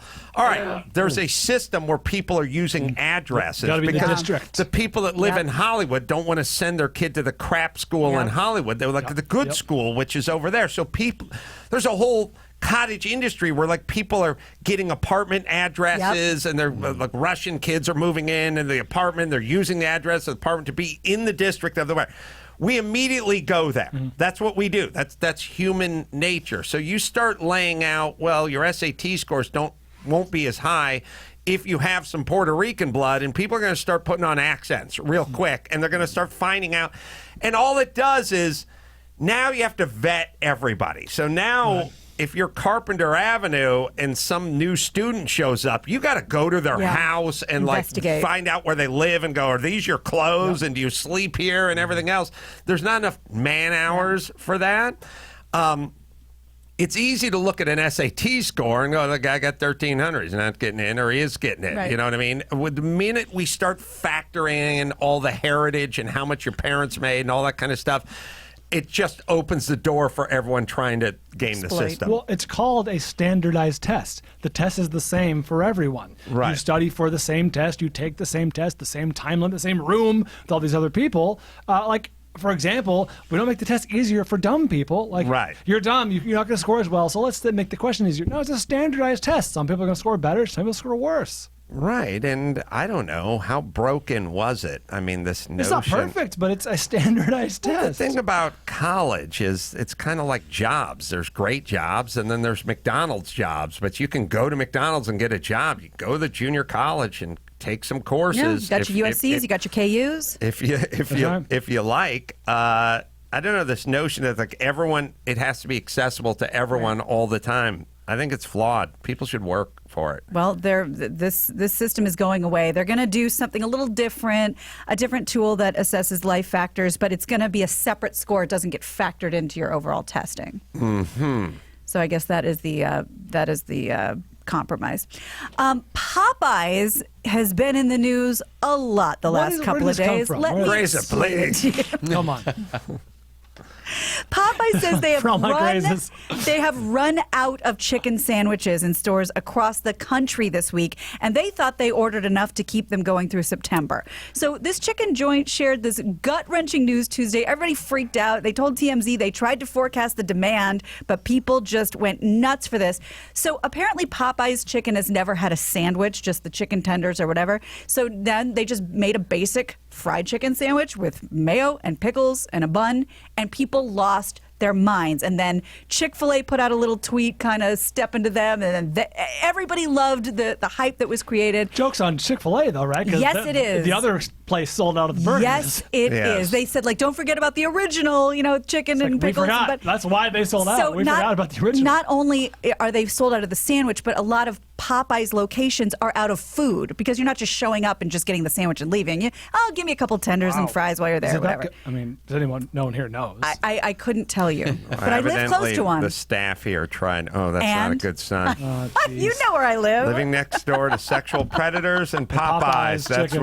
That's what you look for before you move. Before you sign that deeds. Yes, you want Vons, not Johns. I live next to Johns. You're buying cactus and no, pig not hooves in that neighborhood. Now it's all Ukrainian. Oh, it's very fancy. We'll investigate them. Staff tried to get lunch today. They tried to get the Popeyes. This was last week, actually. We sent one guy. Everybody wanted at least one sandwich. Gabe went to the first Popeyes, totally sold out. Went to the second Popeyes. It was a 45-minute wait and a 4-sandwich limit per person. It's insane for a chicken sandwich. It's a mass-produced chicken sandwich. Yeah, we're just getting a chicken dumber. sandwich. Okay. It'll be back in stores soon, you rubes. Also, that chicken sandwich has to have 500 more calories than an In-N-Out burger, right? Oh, yeah. It's deeply breaded and fried. Yeah. I imagine so. All right. So don't worry. I'll let you know when it's back. Please. Meanwhile, speaking of people going crazy, China's flagship Costco. Hold on a second. Yeah. Popeyes doesn't seem to have any affiliation with Popeye the Sailor, right? No. And never any... It's a Louisiana-based. Yeah. Where did that come from? And it's a great question. Is Popeye in the public domain at this point? Brian Grazer might know. You know Popeye? I know it all. I mean, I don't know it all, but I know what Popeye. You had drinks at the Beverly Wilshire with Popeye? Yeah. That's where I do it. You're in the Grand Trinon. I'm not sure it's in public domain. Oh, I miss Trader Vic. Yeah. What did you catch on fire? No, I thought, didn't it close? Trader Vic, it closed. Trader Vic's was the spot, though. That was the spot where everyone had all the affairs in the Beverly Hills area. Where's the spot now? Where's the hot spot? It's always been Shay J's on Ocean Avenue in Santa Monica. That's good. Oh, we wouldn't know. Yeah, well. What place? Where? Called Shay J's. Shay J's. Shay J's has been around at least 50 years. And, I mean, every movie star has hidden out at Shay J's. Okay. That's really good to know. I went there once for dinner. Yeah, there's a lot. Yeah. I have my recollection is they did that thing which I don't like, which is you make your reservation at 7 o'clock. Oh, yeah. They're not ready for you. They go, well, perhaps you'd like to lounge in the bar. You go to the bar, and then you order a glass of Pinot, and then a half hour later, they bring you in to be seated, and they charge you $22 for the glass of Pinot. And it's kind of like, hey, man, I was here. Yeah. You weren't ready for me. I went to the bar. You told me to go to the bar, Should've and been now make you're just good. running it up. Yeah. Like, that one should be on the house. I'm going on a limb here, and if it dies, we'll just move on. Brian Grazer, have you ever been to Dear John's in Culver City? It's an old Hollywood haunt.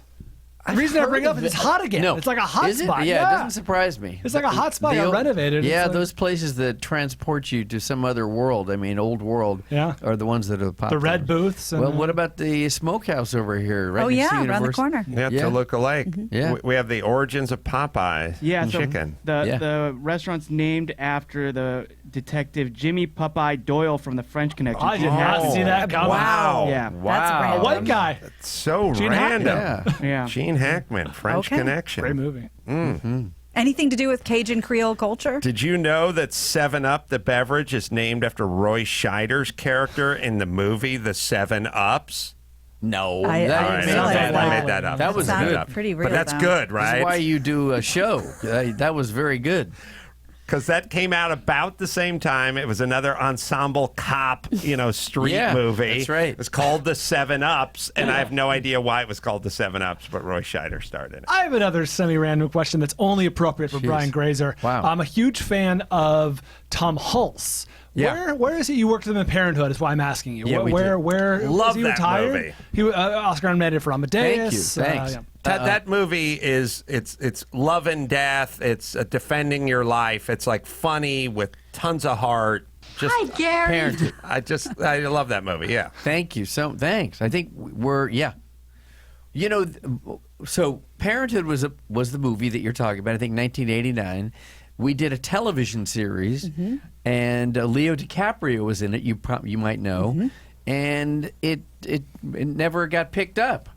And then later we thought we'd try it again, and it did get picked up. We went 100 episodes with it. Congratulations. And now we're thinking of doing it actually with Kevin Hart. Wow. Oh, really? That makes sense. Parenthood. He's got Oh, Brian. And what about well, he's funny. He's got a lot of stories. He's great with stories. Tom Hulse? Tom Hulse, he long time decades ago moved to Seattle, and I don't know what he's doing in Seattle.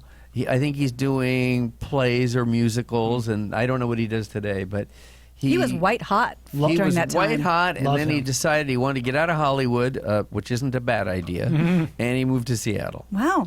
Maybe he's running Microsoft. I don't know. That's possible. So China's flagship Costco outlet opened its doors Tuesday morning and shut them same day. This was in Shanghai. They closed several hours later after the store became mobbed, just absolutely swamped, people brawling over discounted items. I think we have a picture. Just like in America, some Chinese shoppers resorted to brawling over all this stuff, Wow. played tug of war with raw chicken. People were going out of their minds. Shoppers queued in checkout lines. War with raw chicken. That's how they do it. They were waiting for half an hour. It's Shanghai. They were waiting for a half hour to check out. First warning. So the people who were in line started getting text messages warning them to avoid the store during peak hours. And then at 2, they said, just don't come. This is a giant sort of cosmic societal rat trap, the Costco, which is like, hey, man, we got cheap. And we got abundant, and Bountiful. we got bulk, and we got free samples. And it's like, it's the siren song for all the people at their worst. You know what I mean? It is our peanut butter. It is. It's them baiting the trap with peanut butter. It's like us going, what's that place? It's huge. What's it got in it? Savings. Also has free cheese. And you come in and you buy huge, big quantities of stuff that you can bear. You don't need and you can't even carry them, but you save. You save. And everyone's don't like, give you bags. I'm coming. You know what the worst part is? I think Chris can look this up. I think it's the illusion of savings because I cannot imagine let's say, 24-pack of toilet paper at Costco is that much cheaper than a 24-pack that you get on Amazon for subscribe and You're save. absolutely right. And you have to pay a membership. Yes. And you have to drive there. And you have to park in the infernal parking lot and have to stand in line. And Throw your hat on the ground next time you yell Dang, Inferno. But they have their own gas station.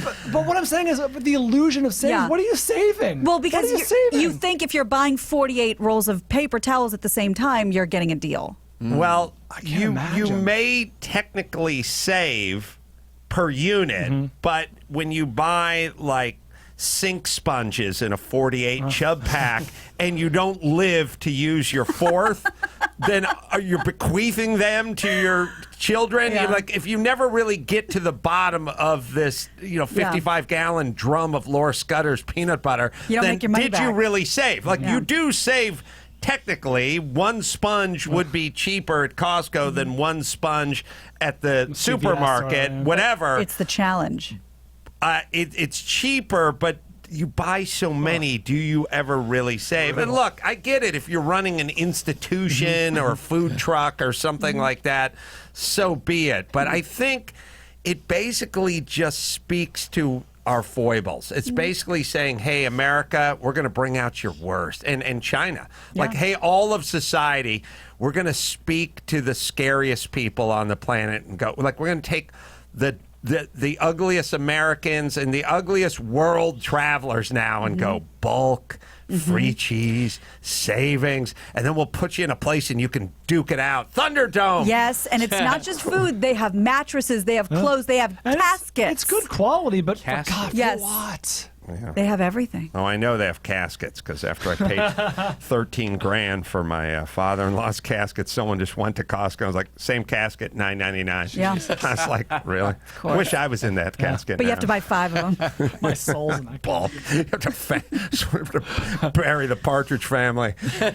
When your next family member dies, it's bittersweet because you have the casket. You have the casket. All right, let me hit Castrol Edge. Stronger under pressure. Engines can lose up to 10% of performance due to friction. That's not going to happen with Castrol Edge. It's great. It's 3 times stronger. 3 times, fool. That's right, than leading full synthetic. And they did a viscosity breakdown test on it. Castrol Edge, formulated in ways to exceed the best. They beat everybody else in the business, and they have a new and improved formula. It is Castrol Edge. All right, I know Mr. Grazer's got a hard out, so we're going to wrap it down. Why don't we bring it home, Gina Grad? You got it. I'm Gina Grad, and that's the news. Gina Grad. That was the news with Gina Grad. I'm going to be in Portland tomorrow night with Mario Andretti. Oh, I talked to Mario Andretti about your little movie called Rush, and he was pissed. He was like, hey, Why? man, because Inaccuracy. Hunt, Hunt came in third in that race in Japan in the rainstorm and won the championship. But first in that race was Mario Andretti. Oh, my God. And he was saying they would show the leaderboard and they'd be like second and third and fourth. Like, Hunt, is he second or third? He's like, I was first. Why wasn't I on the leaderboard? Fake news even in the movie. So he's going to want to Manipulation settle of film. your hash next time. I'll talk to him in Talk him 24 down. hours and I'll talk him down. All right, Please. that'll be tomorrow night. Face to Face, The Art of Human Connection. You can pre-order it now on Amazon. It's out September 17th. Grazer, such an interesting story. We should all hope he bites us in the neck and infects us with whatever is coursing through his veins. And you can go to AdamCarolla.com for all the live shows. And until next time, Adam Carolla for Brian Grazer and Gina Grad and Bald Brian saying mahalo. I like getting paid to sit on a pot and pinch a loaf. Follow the Adam Carolla Show on Twitter at Adam Carolla Show. Follow Ace on the Twitter at Adam Carolla. You can leave us a voicemail, and we certainly hope you do at 888-634-1744. Subscribe to Take a Knee for a weekly dose of inspiration and motivation. Just click the link at AdamCarolla.com. Tickets and info on all the live podcasts, Mandarin events, books, movies, and more. Go to AdamCarolla.com.